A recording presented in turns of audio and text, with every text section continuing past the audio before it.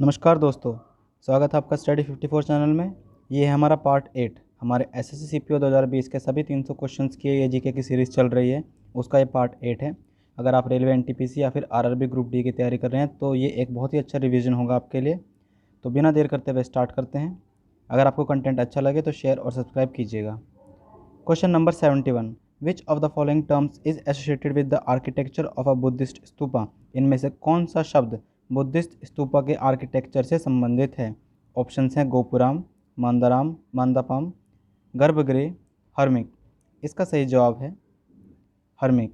ये आप इमेज देख सकते हैं, बहुत ही आसानी से आप समझ सकते हैं कि हर्मिक ये रेक्टेंगुलर एक बॉक्स जैसा है जो एक स्तूपा के ऊपर बना रहता है, डोम के ऊपर जो होता है उसे हर्मिक कहते हैं। आगे चलते हैं। Question number 72, if an object executes 10 oscillations per second then its frequency in kilohertz is equal to. अगर एक ऑब्जेक्ट 10 ऑस्किलेशन प्रति सेकंड एग्जीक्यूट करता है तो किलोहर्ट्ज में इसकी फ्रीक्वेंसी कितनी होगी। ऑप्शन है 1, 0.01, 0.1 या फिर 10। इसका सही जवाब है 0.01। फ्रीक्वेंसी का फॉर्मूला होता है number of oscillations upon time taken, तो उसके बेस पे आप निकाल सकते हैं। ये आएगा 10 हर्ट्स, या फिर अगर आप किलो हर्ट्स में करते हैं तो आएगा 0.01 किलो हर्ट्स। 1 किलो हर्ट्स में 1000 हर्ट्स होते हैं। आगे चलते हैं। Question number 73, what is the chemical symbol of arsenic. Arsenic का केमिकल सिंबल क्या होता है। ऑप्शंस हैं AR, AN, AS, AC। इसका सही जवाब है AS।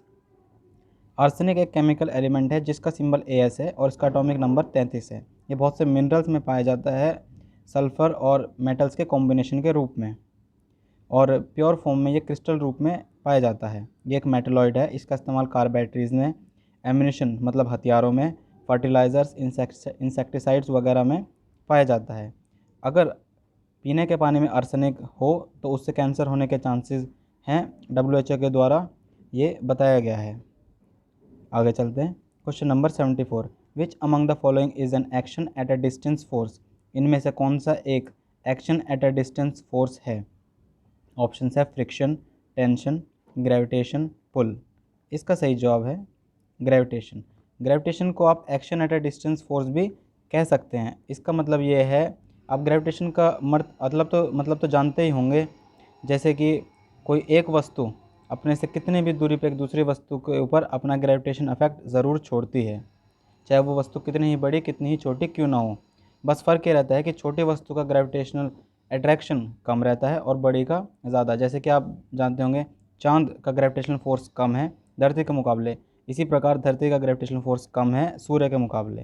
तो ये ऐसे काम करता है। आगे चलते हैं। Question number 75, Sagarmatha is the Nepali name for. Nepali शब्द सागरमाथा का क्या मतलब है।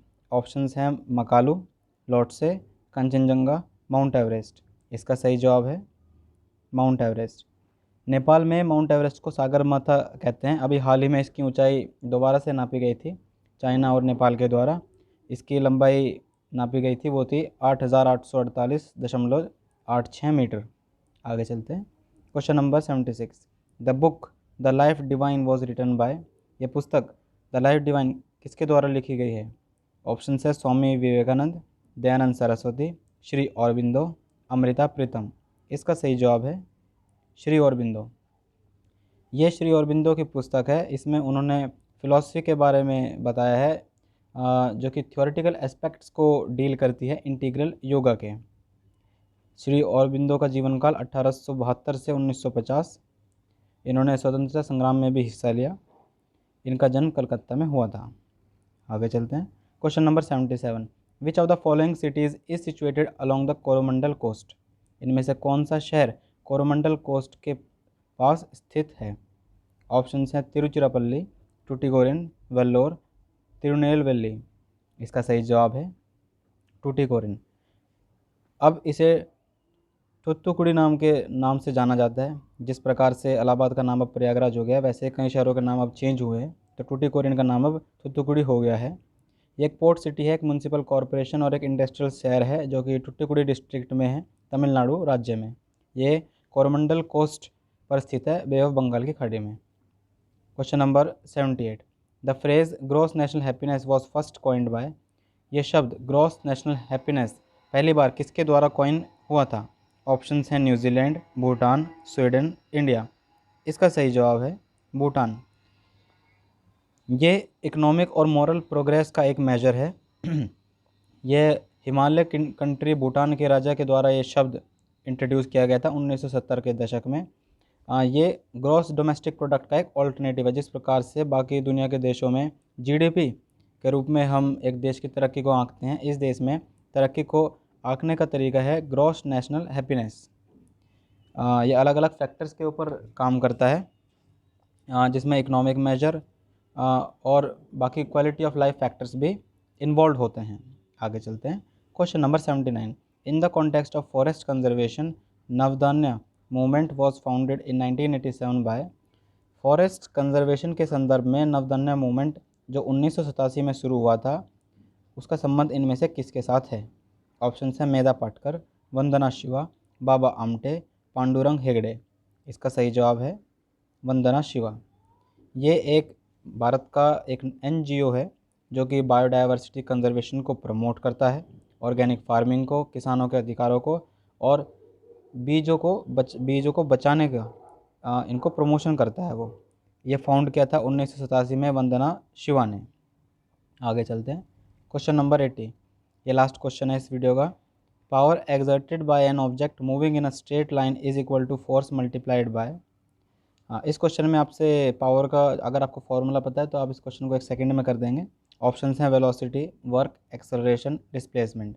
इसका सही जवाब है वेलोसिटी। पावर का फॉर्मूला ही होता है फोर्स गुना वेलोसिटी। इसका ऐसा यूनिट होता है वॉट।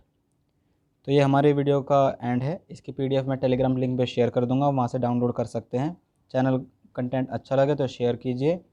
बाकी मैं डेली आरआरबी एनटीपीसी के जो एग्ज़ाम हो रहे हैं उसका एनालिसिस कर रहा हूँ, आप उन्हें भी जाकर देख सकते हैं। उनका एनालिसिस आपको सबसे सटीक और सबसे अच्छे तरीके से इस चैनल पर मिल जाएगा। अपने कमेंट कीजिए और अपना सपोर्ट बनाए रखिए। धन्यवाद।